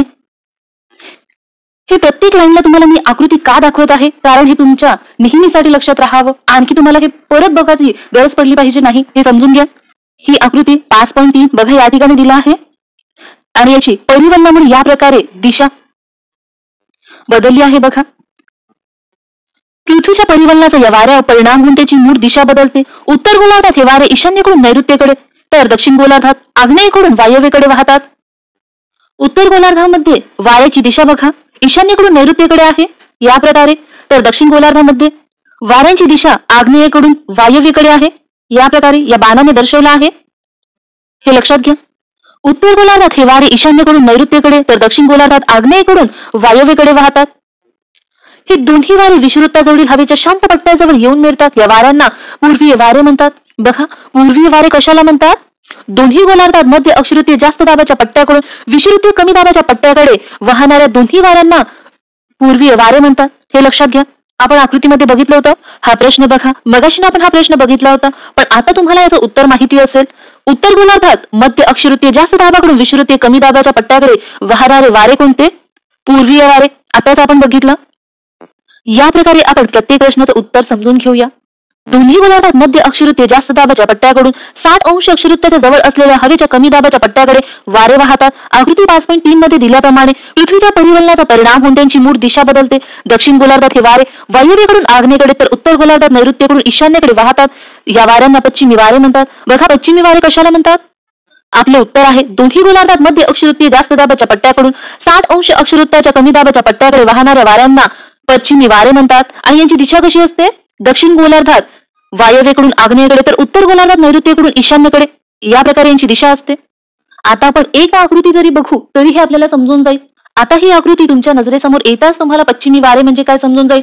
ते कोणत्या प्रदेशादरम्यान वाहत आहे, त्यांची वाहण्याची दिशा कोणती हे नक्की समजेल. कारण आपण पूर्वी वाऱ्यांचा अभ्यास करताना आपण प्रत्येक लाईनला ही आकृती बघितली आणि ते समजून घेतलं, म्हणून तुम्हाला पश्चिमी वारे समजण्यामध्ये खूप इझी पडेल.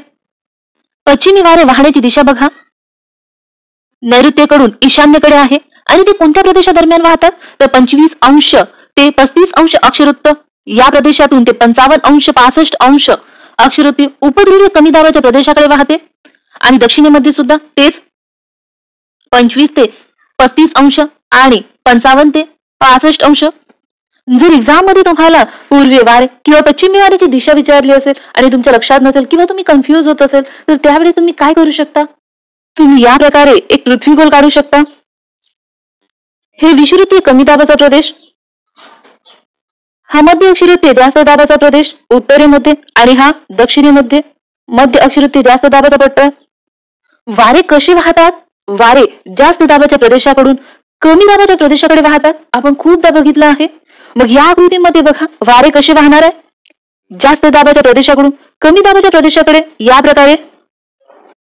विषुववृत्तीय कमी दाबाच्या प्रदेशाकडे सुद्धा या प्रकारे वाहणार. ही वाऱ्याची मूळ दिशा आहे. आणि दक्षिणेमध्ये बघा, मध्य अक्षुवृत्तीय जास्त दाबाच्या पट्ट्याकडून विषुववृत्तीय कमी दाबाच्या प्रदेशाकडे या प्रकारे वारे वाहणार आहे.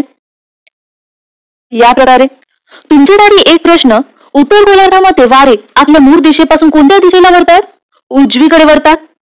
आता बघा, तुम्ही जर उत्तर ध्रुवाकडे बघत असेल तर तुमचा उजवा कोणता? ही बाजू. बघा, या आकृतीमध्ये बरोबर आहे का? बरोबर आहे.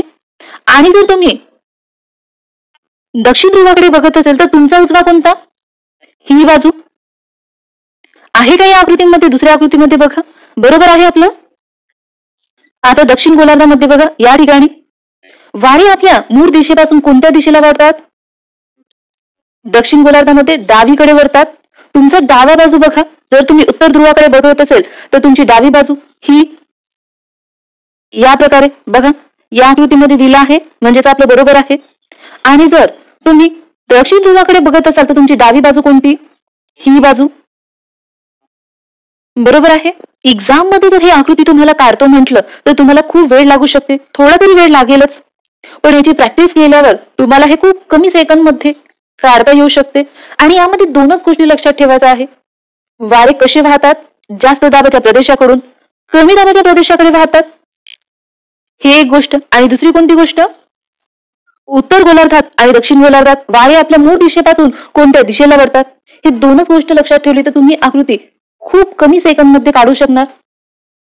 ही आकृती आता तुम्हाला कळली असेल. समोर बघूया, लक्ष देऊन बघा.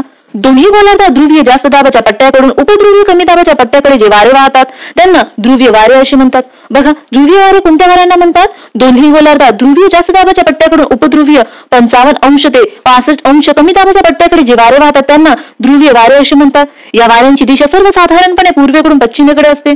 बघा, आता तुम्हाला ध्रुवीय वारे आकृतीमध्ये बघायची गरज पडणार नाही, लगेच समजणार त्यांची दिशा. वाऱ्यांबद्दल आणखी थोडीशी माहिती बघण्यासाठी आपण 6वीच्या जुन्या भूगोलच्या पुस्तकातील 8वा पाठ बघूया, वारे. यामधील थोडीशी माहिती आपल्यासाठी महत्वाची आहे, बघूया. आपण 6वीच्या जुन्या भूगोलच्या पुस्तकामधला 8वा पाठ बघत आहोत, वारे. या पाठावरचं लेक्चर आपल्या चॅनलवर अवेलेबल आहे, नक्की बघा. या पाठामध्ये खूप महत्वाची माहिती आहे आपल्या एक्झाम दृष्ट्या. आपल्याला या पाठामध्ये थोडीच माहिती महत्वाची आहे, ते बघूया आपण. बघा, वाऱ्यांचे प्रमुख 3 प्रकार पडतात, हे लक्षात घ्या. वाऱ्यांचे 3 प्रमुख प्रकार पडतात. कोणते? ग्रहीय वारे, स्थानिक वारे आणि हंगामी वारे. आता आपण ग्रहीय वाऱ्यांबद्दल माहिती बघितली होती. या ठिकाणी बघा, पृथ्वीवर वेगवेगळ्या भागात वाहणाऱ्या ग्रहीय वाऱ्यांना पूर्वीय, पश्चिमी व ध्रुवीय वारे अशी नावे आहेत. म्हणजेच आपण आता पूर्वीय, पश्चिमी आणि ध्रुवीय वारे बघितले. हे कोणते वारे होते? ग्रहीय वारे होते. आपण ग्रहीय वाऱ्यांचा अभ्यास केला. आता आपल्याला स्थानिक वारे आणि हंगामी वाऱ्यांचा अभ्यास करायचा आहे. आपण थोडक्यात याबद्दल माहिती बघूया. हे दुसरे वारे स्थानिक वारे. स्थानिक वाऱ्यांचे सुद्धा प्रकार पडतात. बघा, पहिला प्रकार दरीय वारे व पर्वतीय वारे आणि दुसरा प्रकार खारे व मतलई वारे. हे दोन प्रकार लक्षात राहू द्या. आणि हे बघा हंगामी वारे. ही माहिती आपल्यासाठी महत्वाची आहे. यावर आपल्याला जोड्या लावामध्ये प्रश्न विचारला जाऊ शकते. बघूया आपण. दक्षिण गोलार्धात वारे अतिशय वेगाने वाहतात. बघा, दक्षिण गोलार्धात वारे कसे वाहतात? अतिशय वेगाने वाहतात. दक्षिण गोलार्धात जलभाग जास्त आहे. या गोलार्धात भूपृष्ठाच्या उंच संकल्पनेचा अडथळा नाही. कोणत्याही प्रकारचे नियंत्रण नसल्यामुळे दक्षिण गोलार्धात वारे उत्तर गोलार्धापेक्षा जास्त वेगाने वाहतात. या ठिकाणी तुमच्यासाठी एक प्रश्न बनू शकतो. दक्षिण गोलार्धात वारे अतिशय वेगाने का वाहतात? कारण दक्षिण गोलार्धात जलभाग जास्त आहे. या गोलार्धात भूपृष्ठाच्या उंच संकल्पनेचा अडथळा नाही. कोणत्याही प्रकारचे नियंत्रण नसल्यामुळे दक्षिण गोलार्धात वारे अतिशय वेगाने वाहतात. हे लक्षात घ्या. जास्त वेगाने वाहणाऱ्या वाऱ्यांचे स्वरूप पुढील प्रमाणे असते. 40 अंश दक्षिण अक्षांशा पलीकडे हे वारे अतिशय वेगाने वाहतात. बघा काय म्हणत आहे? 40 अंश दक्षिण अक्षांशा पलीकडे हे वारे अतिशय वेगाने वाहतात. या भागात या वाऱ्यांना गरजणारे 40 असे म्हणतात. हे लक्षात घ्या. गरजणारे 40 म्हणजे काय? 40 अंश दक्षिण अक्षवृत्ता पलीकडे हे वारे अतिशय वेगाने वाहतात. या भागात या वाऱ्यांना गरजणारे 40 असे म्हणतात. थोडक्यात गरजणारे 40 म्हणजे काय? तर 40 अंश दक्षिण अक्षांच्या पलीकडे अतिशय वेगाने वाहतात म्हणून त्यांना गरजणारे 40 असे म्हणतात. बस एवढंच लक्षात राहू द्या. 50 अंश दक्षिण अक्षांशाच्या भागात हे वारे वादळाच्या वेगाने वाहत असतात. या भागात त्यांना खवळलेले 50 असे म्हणतात. बघा, खवळलेले 50 कशाला म्हणतात? 50 अंश दक्षिण अक्षांशाच्या भागात हे वारे वादळाच्या वेगाने वाहत असतात. या भागात त्यांना खवळलेले 50 असे म्हणतात. 60 अंश दक्षिण अक्षांशाभोवती वारे वादळाच्या वेगाबरोबरच प्रचंड आवाजाने वाहतात. त्यांना किंचाळणारे 60 म्हणतात. हे लक्षात घ्या. किंचाळणारे 60 कशाला म्हणतात? या ठिकाणी तुम्हाला एक प्रश्न दिला आहे. बघा, उत्तर गोलार्धात 40 अंश ते 50 अंश किंवा 60 अंश अक्षांशाच्या भागात वाऱ्याचे स्वरूप असे का घडत नाही? आपण याचं उत्तर सुरुवातीलाच बघितलं होतं. कारण उत्तर गोलार्धामध्ये भूपृष्ठाच्या उंच संकल्पनेचा अडथळा आहे. त्यामुळे या वाऱ्यांना वाहण्यामध्ये नियंत्रण असते. वाऱ्यांना नियंत्रण असल्यामुळे वारे अतिशय वेगाने वाहत नाही. हे लक्षात घ्या. स्थानिक वारे बघूया. काही वारे कमी कालावधीत व विशिष्ट प्रदेशात निर्माण होतात आणि तुलनेने मर्यादित क्षेत्रात वाहतात. हे स्थानिक वारे असतात. बघा, स्थानिक वारे कोणते असतात? तर कमी कालावधीत व विशिष्ट प्रदेशात निर्माण होतात आणि तुलनेने मर्यादित क्षेत्रात वाहतात. हे स्थानिक वारे असतात. तर ग्रहीय वाऱ्यांचा अभ्यास केला ते काय आहे? तर ते पृथ्वीचे विस्तीर्ण क्षेत्र व्यापतात. बघा, ग्रहीय वारे पृथ्वीचे विस्तीर्ण क्षेत्र व्यापतात. तर स्थानिक वारे काय? तुलनेने मर्यादित क्षेत्रात वाहतात. हे लक्षात घ्या. हे वारे ज्या प्रदेशात वाहतात तेथील हवामानावर त्याचा परिणाम झालेला दिसून येतो. हे वारे निरनिराळ्या प्रदेशामध्ये वेगवेगळ्या नावाने ओळखले जाते. बघा, स्थानिक वाऱ्यांचे वेगवेगळ्या प्रदेशामध्ये वेगवेगळे नावं आहे. ते आपल्याला समोर दिले आहे. बघूया आपण. आपण स्थानिक वाऱ्यांचे प्रकार बघितले होते. कोणते होते ते प्रकार? बघा, पहिला प्रकार दरीय वारे व पर्वतीय वारे आणि दुसरा प्रकार होता खारे वारे आणि मतलई वारे. बघा, या ठिकाणी या पुस्तकामध्ये आपल्याला दरीय वाऱ्यांचे चित्र दिलं आहे आणि आपल्याला वैशिष्ट्य लिहायला सांगितलं आहे. बघा, या ठिकाणी दिलं आहे आणि समोर आपल्याला पर्वतीय वाऱ्यांबद्दल माहिती देऊन वैशिष्ट्य देऊन आपल्याला त्याचं चित्र काढायला सांगितलं आहे. हे चित्र बघून दरीय वाऱ्यांची वैशिष्ट्य लिहिणं आपल्यासाठी थोडंसं कठीण आहे. का? कारण आपण आता शिकत आहोत. आपल्याला फारशी माहिती दरीय वाऱ्याबद्दल नाही. मग आपण काय करू शकतो? एखादी वस्तू एका दुकानामध्ये नाही मिळाली तर तुम्ही काय करा? दुसऱ्या दुकानामधून घेऊन घेणार. त्याच प्रकारे आपल्याला या पुस्तकामध्ये माहिती नाही मिळत आहे तर आपण काय करायचं? दुसऱ्या पुस्तकामधून घेऊन घ्यायची. 6वीच्या भूगोलच्या पुस्तकामध्ये 8व्या धड्यामध्ये ही माहिती आहे दरीय वाऱ्याबद्दल. आपण तिथून बघून घेऊया. पण त्याआधी या चित्रावरून आपण काही समजू शकतो का? बघूया आपण. बघा, वारे कसे वाहतात? जास्त दाबाच्या प्रदेशाकडून कमी दाबाच्या प्रदेशाकडे. म्हणजेच या आकृतीवरून काय समजत आहे? बघा, या दरीमध्ये दाब कसा असेल? जास्त असेल. आणि या ठिकाणी दाब कसा असेल? कमी असेल. आता बघा, या ठिकाणी दाब का कमी आहे? कारण या ठिकाणी बघा सूर्य आहे. सूर्याची किरणे या प्रदेशावर आधी पडते आणि इथची हवा कशी होते? तापते. प्रसरण पावते. हवा कशी होते? हलकी होते. त्यामुळे या ठिकाणी दाब कमी आहे. आणि दरीमध्ये बघा, या ठिकाणी सूर्याची किरणे पोहोचायला वेळ लागेल म्हणून या ठिकाणची हवा कशी आहे? जड आहे. प्रसरण पावली नाही, हलकी झाली नाहीये, जड आहे. त्यामुळे या ठिकाणाहून वारे या ठिकाणी वाहत आहे. म्हणजेच दरीतून वारे पर्वताकडे वाहत आहे. या प्रकारे या ठिकाणी तुमच्यासाठी आणखी एक प्रश्न राहतो. या वाऱ्यांना दरीय वारे का म्हणतात? कारण आपण बघितलं होतं वारे ज्या दिशेकडून वाहत येतात त्या वाऱ्यांना त्या दिशेचं नाव मिळतात. म्हणून या वाऱ्यांना दरीय वारे म्हणतात कारण हे दरीकडून वाहत येतात. या प्रकारे आपण दरीय वाऱ्याबद्दल माहिती बघूया. स्थानिक वारे. स्थानिक वाऱ्याचे प्रमुख प्रकार दरीय वारे व पर्वतीय वारे. आपण दरीय वारे बघूया. दिवसा पर्वत शिखरावरील हवा लवकर तापून हलकी होऊन वर जाते. बघा बघा या ठिकाणची पर्वतावरची हवा दिवसा लवकर तापून हलकी होऊन वर जाते. दिवसा पर्वत शिखरावरील हवा लवकर तापून हलकी होऊन वर जाते. त्या मानाने दरीतील हवा तापलेली नसते. यावेळी दरी क्षेत्रात शिखर भागापेक्षा वायुदाब जास्त असतो, म्हणून वारे दरीतून पर्वत शिखराकडे वाहू लागते. त्याच दरीय वारे असे म्हणतात. हे लक्षात घ्या, दरीय वारे म्हणजे काय? दिवसा पर्वत शिखरावरील हवा लवकर तापून हलकी होऊन वर जाते. त्या मानाने दरीतील हवा जास्त तापत नाही. त्यामुळे शिखर भागापेक्षा दरीमध्ये वायुदाब जास्त असते, म्हणून जास्त दाबाकडून म्हणजेच दरीमधून वारे पर्वत शिखराकडे वाहू लागते, म्हणून या वाऱ्यांना दरीय वारे म्हणतात. हे लक्षात घ्या. या आकृतीला पाहून याचा स्क्रीनशॉट घ्या आणि तुम्ही सुद्धा याच प्रकारचे प्रॅक्टिस करून पहा, म्हणजेच तुम्हाला दरीय वारे, पर्वतीय वारे, आणखी काही वारे आले तर तुम्ही विसरणार नाही. समोर बघूया, पर्वतीय वारे बघूया. रात्री पर्वत शिखरे लवकर थंड होतात, त्यामुळे दरीतील हवा उबदार असते. यावेळी पर्वत शिखराजवळील वायुदाब दरी क्षेत्रापेक्षा जास्त असतो. अशा वेळेस पर्वत शिखराकडून दरीकडे वारे वाहू लागतात, त्यांना पर्वतीय वारे म्हणतात. पुस्तकामध्ये आपल्याला पर्वतीय वाऱ्यांची आकृती दिलेली नाही, आपण काढून बघूया. ही आपली या प्रकारे दरी आहे. या ठिकाणी पर्वते आहे. हा आपला सूर्य. रात्री पर्वत शिखरे लवकर थंड होतात. बघा, हे पर्वत शिखरे रात्री कसे लवकर थंड होतात, म्हणजेच या ठिकाणची रात्री हवा कशी असेल? जड असेल. हवा जड असेल म्हणजेच या ठिकाणी वायुदाब कसा असेल? जास्त असेल. वायुदाब जास्त असेल, त्यामानाने दरीतील हवा उबदार असते. बघा, रात्री दरीतील हवा कशी उबदार असते, म्हणजे थोडी गरम असेल. यावेळी पर्वत शिखराजवळील वायुदाब दरी क्षेत्रापेक्षा जास्त असते, म्हणून बघा पर्वत शिखरावरील वायुदाब जास्त असते आणि दरीमध्ये वायुदाब कसा असते? कमी असते. अशा वेळेस पर्वत शिखराकडून दरीकडे वारे वाहू लागतात. या प्रकारे बघा, त्यांना पर्वतीय वारे म्हणतात. पर्वतीय वारे जमलं का? बघा, समजलं असेल तुम्हाला. समोर बघूया. पर्वतीय वाऱ्यांचं चित्र सुद्धा याच प्रकारे काढायचं. फक्त एरोला दरीकडे न्यायचं. या प्रकारे पर्वतीय वाऱ्यांची वैशिष्ट्य देऊन तुम्हाला या ठिकाणी आकृती काढायला सांगितली आहे, चित्र काढायला सांगितलं आहे. बघूया आपण वैशिष्ट्य. रात्री पर्वत शिखरे लवकर थंड होते. दरीचा भाग तुलनेने उष्ण असतो.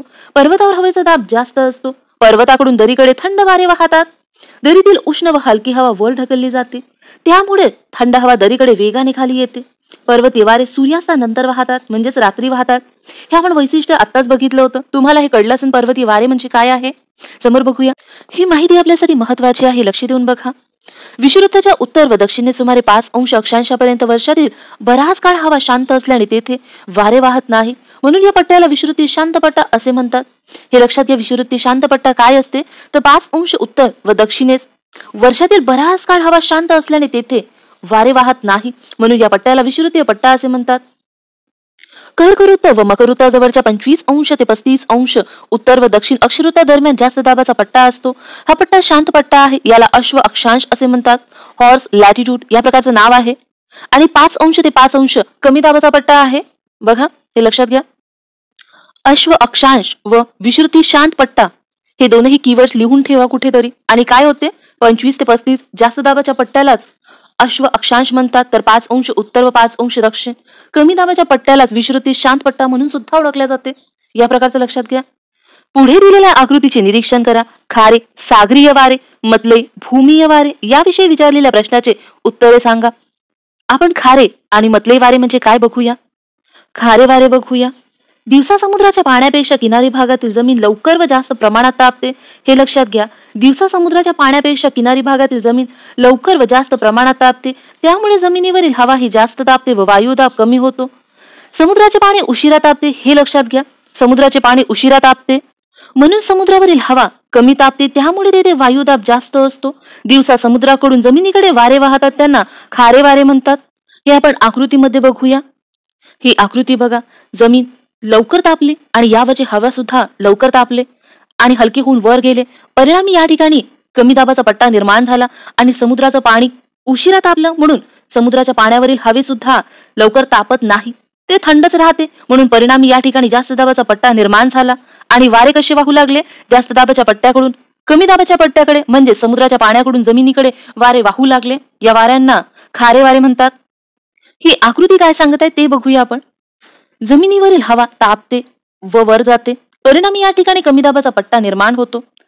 या जमिनीवरील हवा गरम झाली आणि हलकी होऊन जी वर गेली, ती वर गेलेली हवा थंड होऊन खाली आली या ठिकाणी, आणि परिणामी या ठिकाणी जास्त दाबाचा पट्टा निर्माण झाला आणि सागरावरील जास्त दाबाच्या पट्ट्याकडून थंड हवा जमिनीकडे वाहू लागली. या वाऱ्यांना आपण खारे वारे म्हणतो. आता खारे वारे काय होते तुम्ही विसरणार नाही. खारे म्हणजे समुद्र, खारा असते, समुद्राकडून वाहते. या प्रकारे तुम्ही लक्षात राहू देऊ शकता. समोर बघूया, मतलई वारे बघूया. रात्री समुद्रापेक्षा जमीन लवकर थंड होते. आपण या ठिकाणी बघा काय वाचलं होतं, जमीन लवकर व जास्त प्रमाणात तापते, म्हणजेच जमीन लवकर तापून लवकर थंडी होते. हे महत्वाचं लक्षात राहू द्या. रात्री समुद्रापेक्षा जमीन लवकर थंड होते, त्यामुळे तिथे वायुदाब जास्त असतो. समुद्रावरील वायुदाब त्या मानाने कमी असतो, त्यामुळे रात्री वारे जमिनीवरून समुद्राकडे वाहतात. त्यांना मतलई वारे म्हणतात. खारे व मतलई वारे किनारी प्रदेशातच आढळतात. हे महत्वाचं आहे. एखादी लाईन आपल्याला देऊ शकते, लक्षात राहू द्या. मतलई वाऱ्यांची आकृती बघूया. जमीन लवकर थंड होते, म्हणजेच जमिनीवरील वारे सुद्धा, हवा सुद्धा लवकर थंड होते आणि परिणामी या ठिकाणी जास्त दाबाचा पट्टा निर्माण होते. समुद्रावरील पाणी अजूनही गरम आहे, म्हणून या ठिकाणचे वारे गरम होऊन वर जाते आणि परिणामी या ठिकाणी कमी दाबाचा पट्टा निर्माण होतो. या ठिकाणी वर गेलेली हवा ते थंड होऊन या ठिकाणी येते आणि रात्री जमिनीवर जास्त दाब असल्यामुळे वारे समुद्राकडे वाहते. या प्रकारे यांना मतलई वारे म्हणतात. आपल्याला खारे व मतलई वाऱ्यावर काही प्रश्न विचारले आहे, बघूया आपण. दिवसा भूपृष्ठालगत वारे समुद्राकडून जमिनीकडे का वाहतात? बघा, हे महत्वाचं आहे. समुद्राकडून जमिनीकडे का वाहतात? कोणते वारे वाहतात समुद्राकडून जमिनीकडे? खारे वारे समुद्राकडून जमिनीकडे. आता तुम्हाला याचं कारण सांगता येईल का? का समुद्राकडून जमिनीकडे वारे वाहतात, खारे वारे? कारण समुद्राचं पाणी उशिरा तापते, त्यामुळे त्या ठिकाणी जास्त दाबाचा पट्टा निर्माण होतो आणि जमीन लवकर तापते, त्यामुळे त्यावरील वारे सुद्धा लवकर तापते. परिणामी जमिनीवर दाब कसा असतो, कमी, आणि वारे कसे वाहतात, जास्त दाबाकडून कमी दाबाकडे. म्हणून समुद्रावर जास्त दाब असल्यामुळे वारे समुद्राकडून जमिनीकडे वाहते. भूपृष्ठालगत जमिनीकडून समुद्राकडे वारे केव्हा वाहते? बघा, भूपृष्ठालगत जमिनीकडून समुद्राकडे वारे केव्हा वाहते? आताच बघितलं आपण, मतलई वारे रात्री वाहते. हे महत्वाचं नाही आपल्यासाठी. सागरीय खारे वारे व भूमीय मतलई वारे कशाला म्हणतात? भारतातील कोणत्या प्रदेशात खारे व मतलई वारे अनुभवता येतो? किनारी प्रदेशातच खारे व मतलई वारे अनुभवता येतो, हे आपण वाचलं आहे. तुमच्या गावात सागरीय व भूमीय वारे अनुभवता येतात का? आहे का कोणाच्या गावाजवळ किनारी प्रदेश? ही माहिती आपल्यासाठी महत्वाची आहे, लक्ष देऊन बघा. जमीन जास्त घनतेच्या पदार्थांनी बनलेली असते. जमीन स्थिर व अपारदर्शक असते, त्यामुळे उष्णतेचे वहन जलद गतीने व जास्त प्रमाणात होते, म्हणून जमीन अधिक लवकर तापते. बघा, जमीन अधिक लवकर का तापते? कारण जमीन जास्त घनतेच्या पदार्थांनी बनलेली असते. जमीन स्थिर व अपारदर्शक असते, त्यामुळे उष्णतेचे वहन जलद गतीने व जास्त प्रमाणात होते, म्हणून जमीन अधिक लवकर तापते. त्या मानाने पाण्याची घनता कमी असते. पाणी अस्थिर व पारदर्शक असते, त्यामुळे पाणी लवकर तापत नाही. बघा, पाणी लवकर का तापत नाही? कारण पाण्याची घनता कमी असते. पाणी अस्थिर व पारदर्शक असते, त्यामुळे पाणी लवकर तापत नाही. परिणामी जमीन व सागरी भागातील हवेच्या दाबात फरक पडतो, हे लक्षात राहू द्या. दिवसा समुद्राच्या पाण्यापेक्षा किनारी भागातील जमीन लवकर व जास्त प्रमाणात तापते. तेथील हवा ही जास्त तापते व हवेचा दाब कमी राहतो. समुद्राचे पाणी उशिरा तापते, त्यामुळे समुद्रावरील हवा कमी तापते व हवेचा दाब जास्त असतो. दिवसा समुद्राकडून जमिनीकडे वाहणारे वारे सागरीय वारे होत. रात्री समुद्रापेक्षा जमीन लवकर थंड होते, तेथे हवेचा दाब जास्त असतो, तेव्हा भूमीय मतलई वारे जमिनीवरून समुद्राकडे वाहतात. याशिवाय वेगवेगळ्या प्रदेशात विशिष्ट स्थितीत वारे वाहतात. हे वारे सुद्धा स्थानिक वारे म्हणून ओळखले जातात. उदाहरणार्थ फॉन, चिनूक, बोरा, लू इत्यादी. पुढील पृष्ठावरील तक्ता पहा. बघूया आपण जगातील प्रमुख स्थानिक वारे बघूया. वाऱ्यांवर आपल्याला प्रश्न विचारले जातात. बघूया आपण. लू हे वारे उष्ण आणि कोरडे असतात. याचं वैशिष्ट्य बघा. उत्तर भारतीय मैदानी प्रदेशात उन्हाळ्यात बहुधा दुपारी वाहतात. या ओळीवर आपल्याला प्रश्न विचारले जातात. का? कारण हे उत्तर भारतीय मैदानी प्रदेशात वाहतात म्हणून. आणि दुसरं महत्वाचं, दुपारी वाहतात. या प्रकारचं वेगळं काही तुम्हाला विचारले जाऊ शकते. हे वारे थरच्या वाळवंटी प्रदेशाकडून येतात. सिमूम वारे हे उष्ण, कोरडे आणि विनाशकारी आहे. हा शब्द लक्षात घ्यायचा आहे तुम्हाला, विनाशकारी. सिमूम हे वारे कसे आहे? विनाशकारी आहे. सहारा आणि अरेबियन वाळवंटातून अतिशय वेगाने वाहतात, हे लक्षात घ्या. सहारा आणि अरेबियन वाळवंटातून अतिशय वेगाने वाहतात. हे वारे शक्तिशाली असल्याने विध्वंसक आहे. हे दोन वारे लक्षात राहू द्या, यावर आपल्याला प्रश्न विचारला जाऊ शकते. चिनूक हे वारे उबदार आणि कोरडे असते. हे वारे उत्तर अमेरिकेतील रॉकी पर्वताच्या पूर्व उतारावरून खाली वाहतात. परिणामी तेथील बर्फ वितळते, त्यामुळे दरीमधील तापमान वाढ होते. बघा, दरीमधील तापमान वाढ कोणत्या वाऱ्यामुळे होते? चिनूक वाऱ्यामुळे. याचं वैशिष्ट्य लक्षात घ्या. मिस्ट्रल वारे थंड आणि कोरडे असते. स्पेन, फ्रान्स आणि भूमध्य सागराच्या किनाऱ्यालगतच्या प्रदेशात वाहतात. हे वारे आल्प्स पर्वतावरून येतात. या थंड वाऱ्यामुळे किनाऱ्यालगतच्या तापमानात घट होते. बघा, या ठिकाणी काय म्हणताय? घट होते तापमानामध्ये. आणि चिनूक वारे दऱ्यांमधील तापमान वाढ करण्यासाठी महत्वाचं आहे. बोरा वारे हे थंड आणि कोरडे असते. आल्प्स पर्वताच्या उतारावरून इटली देशाच्या किनारी भागाकडे हे वारे वाहतात. या वाऱ्यांचं वैशिष्ट्य काय लक्षात ठेवायचं आहे आपण बघूया. या वाऱ्यांबद्दल तुम्हाला काय लक्षात ठेवायचं आहे हे बघूया आपण.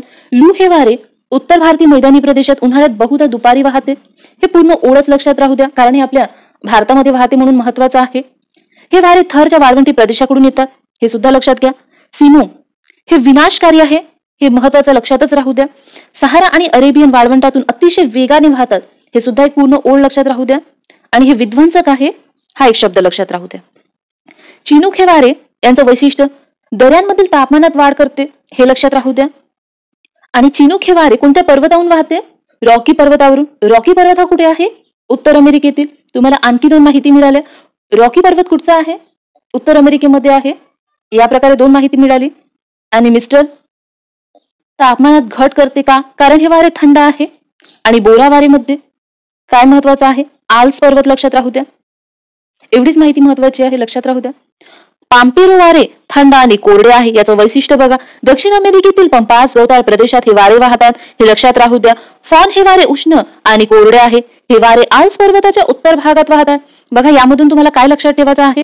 पाम्पेरो वाऱ्याबद्दल हे पूर्ण एक ओळ लक्षात राहू द्या. दक्षिण अमेरिकेतील पंपास गवताळ प्रदेशात. यावरून तुम्हाला आणखी एक प्रश्नाचं उत्तर मिळेल की पंपास गवताळ प्रदेश हे कुठे आहे? दक्षिण अमेरिकेमध्ये आहे. आणि फॉन वाऱ्याबद्दल काय लक्षात ठेवायचं आहे? हे आल्प्स पर्वताच्या उत्तर भागात वाहतात. आल्प्स पर्वत एवढंच लक्षात राहू द्या. हंगामी वारे बघूया. जमीन व पाणी यांच्या ऋतूनुसार कमी अधिक तापण्यामुळे मोसमी वारे निर्माण होतात. मोसमी वारे कसे निर्माण होतात? तर जमीन व पाणी यांच्या ऋतूनुसार कमी अधिक तापण्यामुळे मोसमी वारे निर्माण होतात, हे लक्षात राहू द्या. उन्हाळ्यात मोसमी वारे समुद्रावरून जमिनीकडे वाहतात. बघा, उन्हाळ्यात मोसमी वारे कसे वाहतात? समुद्रावरून जमिनीकडे. या आकृतीमध्ये बघा, समुद्रावरून जमिनीकडे वाहत आहे. हा हिंदी महासागर आहे. कोणते वारे समुद्रावरून जमिनीकडे वाहते? कोणते वारे? खारे वारे. खारे वारे कधी वाहते? दिवसा वाहते. खारे वारे दिवसाच का वाहते? कारण दिवसा समुद्राचं पाणी उशिरा तापते. म्हणजे समुद्राचं पाणी कसं आहे? थंड आहे. मग समुद्रावरील वारे सुद्धा कसे असेल? जड असेल. वारे जड असेल तर दाब कसा असेल? जास्त दाब असेल. समुद्रावर जास्त दाब असेल. आणि वारे कसे वाहतात? जास्त दाबाकडून कमी दाबाकडे. म्हणूनच या आकृतीमध्ये बघा, समुद्रावरून जमिनीकडे या प्रकारे वारे वाहत आहे. मोसमी वारे हिवाळ्यात जमिनीकडून समुद्राकडे वाहते. बघा, या आकृतीमध्ये जमिनीकडून समुद्राकडे वाहते. आता बघा, या आकृतीमध्ये बघा, आधी वारे हिमालय पर्वताकडे जाते आणि नंतर तेच वारे हिमालय पर्वताकडून परत येते. हे असं का? याचं कारण आपल्याला पुढे दिलं आहे, बघूया आपण. आग्नेय आशिया, पूर्व आफ्रिका, उत्तर ऑस्ट्रेलिया या प्रदेशावर मोसमी वाऱ्याचा विशेष परिणाम होताना आढळतो. भारतीय उपखंडात उन्हाळा व हिवाळा ऋतूवर मोसमी वाऱ्यांचा प्रभाव होतो. या वाऱ्यांच्या प्रभावामुळे भारतीय उपखंडात उन्हाळा व हिवाळा याशिवाय पावसाळा व मान्सून परतीचा काळ असे ऋतू होतात. मोसमी वारे हे मोठ्या प्रमाणावरील खारे व मतलई वारेच असतात, हे लक्षात राहू द्या. मोसमी वारे हे मोठ्या प्रमाणावरील खारे व मतलई वारेच असतात. भारतीय उपखंडावर होणारी बहुतांश वृष्टी ही मोसमी वाऱ्याच्या प्रभावाने होते. बघा, या ठिकाणी एक प्रश्न बनू शकते. भारतीय उपखंडावर होणारी बहुतांश वृष्टी हे कोणत्या वाऱ्याच्या प्रभावाने होते? मोसमी वाऱ्याच्या प्रभावाने होते. हे वारे म्हणजे कोणते? मोसमी वारे विषुववृत्त ओलांडल्यावर नैऋत्य दिशेकडून भारतीय उपखंडाकडे जून ते सप्टेंबर या कालावधीत वाहतात. यांना नैऋत्य मोसमी वारे म्हणतात. बघा, नैऋत्य मोसमी वारे कशाला म्हणतात? मोसमी वारे विषुववृत्त ओलांडल्यावर नैऋत्य दिशेकडून भारतीय उपखंडाकडे वाहतात. बघूया आपण ही आकृती. बघा, या ठिकाणी जास्त दाबाचा मध्य अक्षिवृत्तीय पट्टा दाखवला आहे आणि गुलाबी कलरने कमी दाबाचा विषुववृत्तीय शांत पट्टा दाखवला आहे. बघा, जास्त दाबाकडून वारे कसे वाहत आहे? कमी दाबाकडे. आणि विषुववृत्त ओलांडून नैऋत्य दिशेने भारतीय उपखंडाकडे वाहत आहे. या वाऱ्यांनाच नैऋत्य मोसमी वारे म्हणतात, हे लक्षात घ्या. नैऋत्य मोसमी वारे कोणत्या कालावधीत वाहतात? तर जून ते सप्टेंबर या कालावधीत वाहतात, हे लक्षात घ्या. मोसमी वारे विषुववृत्त ओलांडल्यावर नैऋत्य दिशेकडून भारतीय उपखंडाकडे जून ते सप्टेंबर या कालावधीत वाहतात. त्यांना नैऋत्य मोसमी वारे म्हणतात. हे वारे बाष्पयुक्त असतात. सप्टेंबर ते डिसेंबर पर्यंत विषुवृत्तालगत हवेच्या कमी दाबाचे क्षेत्र निर्माण झाल्याने भारतीय उपखंडाकडून विषुवृत्ताकडे वारे वाहू लागतात. त्यांना ईशान्य मोसमी वारे म्हणतात. हे वारे कसे असतात? कोरडे असतात. आपण बघूया ही आकृती, आपण पुन्हा एकदा बघूया. या ठिकाणी बघा, जास्त दाबाचा मध्य अक्षवृत्तीय पट्टा दाखवला आहे या ठिकाणी, आणि गुलाबी कलर मध्ये कमी दाबाचा विषुवृत्तीय शांत पट्टा दाखवला आहे या ठिकाणी. वारे कसे वाहतात? जास्त दाबाच्या प्रदेशाकडून कमी दाबाच्या प्रदेशाकडे या प्रकारे. हे कोणते वारे आहे? हे मोसमी वारे आहे. आणि हे मोसमी वारे विषुवृत्त ओलांडून नैऋत्य दिशेकडून भारतीय उपखंडाकडे वाहतात या प्रकारे. हे कोणत्या कालावधीत वाहतात? हे जून ते सप्टेंबर या कालावधीत वाहतात. सप्टेंबर मध्ये हे हिमालय पर्वतापर्यंत पोहोचतात या ठिकाणी, आणि या ठिकाणी हिमालय पर्वताला धडकून ते या प्रकारे टर्न होतात. बघा दुसऱ्या आकृतीमध्ये या ठिकाणी. आणि याच्या वरती बघा, जास्त दाबाचा पट्टा आहे आणि या ठिकाणी विषुवृत्तीय कमी दाबाचा पट्टा निर्माण होते. मग वारे कोणत्या दिशेला वाहणार आहे? विषुवृत्ताकडे वाहणार आहे. आपल्याला माहिती आहे वारे कसे वाहतात? जास्त दाबाकडून कमी दाबाच्या प्रदेशाकडे या प्रकारे. या ठिकाणी तुमच्यासाठी 2 प्रश्न. कोणते 2 प्रश्न? विषुवृत्ताकडून हिमालय पर्वताकडे वाहणाऱ्या वाऱ्यांना काय म्हणतात? नैऋत्य मोसमी वारे. का? कारण ते नैऋत्य दिशेकडून वाहत येतात. आणि दुसरा प्रश्न, हिमालय पर्वताकडून विषुवृत्ताकडे येणाऱ्या वाऱ्यांना काय म्हणतात? ईशान्य मोसमी वारे. का? कारण ते ईशान्येकडून वाहत येतात म्हणून. हे दोन्ही वारे तुम्हाला समजले असेल. आणखी एक प्रश्न तुमच्यासाठी. तुमच्या मनामध्ये एखादी असा प्रश्न येऊ शकतो, मोसमी वारे विषुवृत्त ओलांडून नैऋत्य दिशेकडून भारतीय उपखंडाकडे जाऊन हिमालय पर्वताला धडकून ते परत विषुवृत्ताकडेच का आले? किंवा मग याच प्रकारे मोसमी वारे का वाहतात? याचं कारण बघूया आपण. बघा, मोसमी वारे जास्त दाबाच्या प्रदेशाकडून विषुवृत्तीय कमी दाबाच्या प्रदेशाकडे वाहत आहे या प्रकारे, आणि ते भारतीय उपखंडाकडे या प्रकारे गेले आहे. इथे बघा या प्रकारे का आहे? कारण या ठिकाणी अरावली पर्वत या प्रकारे उभा आहे म्हणून ते हिमालय पर्वताकडे गेले, आणि हिमालय पर्वताला धडकून ते खाली आले. खाली का आले आहे? बघा, ते वर का नाही गेले? कारण बघा वर जास्त दाबाचा प्रदेश आहे, आपण आकृतीमध्ये बघितला आहे, म्हणून ते खाली आले. खाली विषुवृत्तीय कमी दाबाचा प्रदेश निर्माण झाला होता म्हणून ते खाली आले. आणखी तुम्हाला प्रश्न पडू शकते, कसा काय? या ठिकाणी हिमालय आहे म्हणून धडकून ते परत आले, पण या ठिकाणी पश्चिम घाट आहे, या ठिकाणी पूर्व घाट आहे, मग वारे तर या प्रकारे जात आहे. तर बघा या ठिकाणी खिंड आहे का? पालघाट खिंड. आता खिंड म्हणजे काय? तर मार्ग, रस्ता. आणि या ठिकाणी पूर्व घाट आहे. तर तुम्हाला माहिती आहे पूर्व घाट तुटत आहे या प्रकारे. नद्यांनी मार्ग केला आहे. कोणत्या नद्या? गोदावरी नदी या प्रकारे वाहत येतात आणि या ठिकाणी मार्ग बनवला आहे, खिंड बनवली आहे. आता तुम्हाला कळलं असेल की वारे याच दिशेने का वाहतात, याच प्रकारे का वाहतात. आपण समोर बघूया. वाऱ्याच्या स्थिर व अतिवादळी स्थितीचा विचार करता आपल्याला आवर्ताचा अभ्यास करणे आवश्यक असते.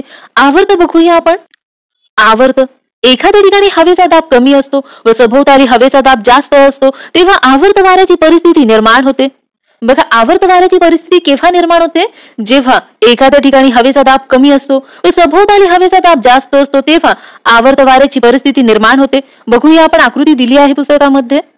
ही आकृती बघा, एखाद्या प्रदेशामध्ये एखाद्या ठिकाणी कमी दाब निर्माण होते आणि त्याच्या सभोवताली जास्त दाब निर्माण होते, आणि वारे कसे वाहतात? जास्त दाबाच्या प्रदेशाकडून कमी दाबाच्या प्रदेशाकडे या प्रकारे. ही आवर्त वाऱ्याची परिस्थिती आहे. कमी हवेच्या दाबाकडे सभोवतालच्या प्रदेशातील जास्त हवेच्या दाबाकडून वेगाने वारे वाहतात. पृथ्वीच्या परिवलनामुळे उत्तर गोलार्धात आवर्त वारे घड्याळाच्या काट्याच्या विरुद्ध दिशेत, तर दक्षिण गोलार्धात हे वारे घड्याळाच्या काट्याच्या दिशेने वाहतात. आवर्ताच्या वेळी आकाश ढगाळ असते, वारे वेगाने वाहतात आणि भरपूर पाऊस पडतो. आवर्त वाऱ्यांचे प्रभाव क्षेत्र मर्यादित असते. या वाऱ्यांचा कालावधी, वेग, दिशा आणि क्षेत्र अतिशय अनिश्चित असते. उपग्रहाने घेतलेले चक्रीवादळाचे छायाचित्र आकृती 5.8 मध्ये बघा. ही आकृती बघा, चक्रीवादळ दाखवला आहे या प्रकारे असते. हवेची स्थिती दर्शवणाऱ्या नकाशात आवर्ताचा केंद्रभाग हा एल या अक्षराने दाखवतात. आवर्त प्रणाली एका ठिकाणाहून दुसऱ्या ठिकाणी सरकते. आवर्तांना चक्रीवादळ असेही म्हणतात, हे लक्षात घ्या. आवर्तांना चक्रीवादळ असेही म्हणतात. चक्रीवादळे बघूया. पॅसिफिक महासागराच्या पश्चिम भागात जपान, चीन, फिलिपाईन्स इत्यादी देशाच्या किनाऱ्यालगत निर्माण होणारी वादळे टायफून या नावाने ओळखली जाते. बघा, कोणत्या भागात निर्माण होणाऱ्या वादळांना टायफून या नावाने ओळखले जाते? तर पॅसिफिक महासागराच्या पश्चिम भागात जपान, चीन, फिलिपाईन्स इत्यादी देशाच्या किनाऱ्यालगत निर्माण होणारी वादळे टायफून या नावाने ओळखली जातात. ही वादळे जून ते ऑक्टोबर या महिन्यात निर्माण होतात. वेगाने वाहणारे वारे आणि मुसळधार पाऊस यामुळे ती विनाशकारी असतात. तुमच्यासाठी हे महत्वाचं आहे, टायफून हे वादळे विनाशकारी असतात, हे लक्षात राहू द्या. कॅरेबियन समुद्रात निर्माण होणारी चक्रीवादळे म्हणजे हरिकेन्स होय, हे लक्षात राहू द्या. कॅरेबियन समुद्रात निर्माण होणारी चक्रीवादळे म्हणजे हरिकेन्स होय. चक्रीवादळे हे वर्षभर न्यूज मध्ये असतात, म्हणून तुम्हाला चक्रीवादळावर कसा प्रश्न विचारणार सांगता येणार नाही. हे तुम्हाला वन लाईनर क्वेश्चन मध्ये पण विचारले जाऊ शकते किंवा जोड्या लावा मध्ये पण देऊ शकते, म्हणून हे लक्षात राहू द्या. ही वादळे सुद्धा विनाशकारी असतात. वादळाच्या वेळी वाऱ्याचा वेग दर तासी कमीत कमी 60 किलोमीटर इतका असतो, हे लक्षात राहू द्या, किलोमीटर. याशिवाय समशीतोष्ण कटिबंधातही आवर्त तयार होतात, त्यांची तीव्रता कमी असते आणि ती विनाशकारी नसतात. या प्रकारचे प्रश्न तुम्हाला विचारले जाऊ शकते आणि आयोग तुम्हाला फसवू शकते. बघा, समशीतोष्ण कटिबंधातही आवर्त तयार होतात, त्यांची तीव्रता कमी असते आणि ती विनाशकारी नसतात, हे लक्षात राहू द्या. प्रत्यावर्त बघूया. एखाद्या क्षेत्रात विशिष्ट वातावरणीय परिस्थितीत केंद्रभागी हवेचा अधिक दाब निर्माण होतो. केंद्र भागाकडून वारे सभोवतालच्या प्रदेशाकडे चक्राकार दिशेत वाहत असतात. बघा, या आकृतीमध्ये हे आवर्ताचे आहे, पण प्रत्यावर्ताची आकृती कशी असते? केंद्रभागी जास्त दाब असते या ठिकाणी आणि सभोवताली कमी दाब असते. आपण याची आकृती बघूया. ही आकृती आहे प्रत्यावर्ताची. बघा, वारे कशी वाहतात? जास्त दाबाच्या प्रदेशाकडून कमी दाबाच्या प्रदेशाकडे, या प्रकारे. एखाद्या क्षेत्रात विशिष्ट वातावरणीय परिस्थितीत केंद्रभागी हवेचा अधिक दाब निर्माण होतो. केंद्र भागाकडून वारे सभोवतालच्या प्रदेशाकडे चक्राकार दिशेत वाहत असतात. उत्तर गोलार्धात हे वारे घड्याळाच्या काट्याच्या दिशेत वाहतात, तर दक्षिण गोलार्धात हे घड्याळाच्या काट्याच्या विरुद्ध दिशेने वाहतात. प्रत्यावर्ताच्या कालावधीत निरभ्र आकाश, कमी वेगाने वाहणारे वारे आणि अतिशय उत्साहवर्धक हवामान असतात. प्रत्यावर्ताची स्थिती बहुधा काही दिवस अथवा एक आठवड्याची असू शकते. असे प्रत्यावर्त समशीतोष्ण कटिबंधात निर्माण होतात. हवेची स्थिती दर्शवणाऱ्या नकाशात प्रत्यावर्ताचा केंद्रभाग H या अक्षराने दाखवतात. प्रत्यावर्त हे जास्त दाबाच्या पट्ट्यात प्रकर्षाने जाणवतात, हे लक्षात राहू द्या. प्रत्यावर्त हे जास्त दाबाच्या पट्ट्यात प्रकर्षाने जाणवतात. या प्रदेशातून वारे बाहेर जात असतात, त्यामुळे तेथे पावसाचे प्रमाण कमी असते, हे लक्षात राहू द्या.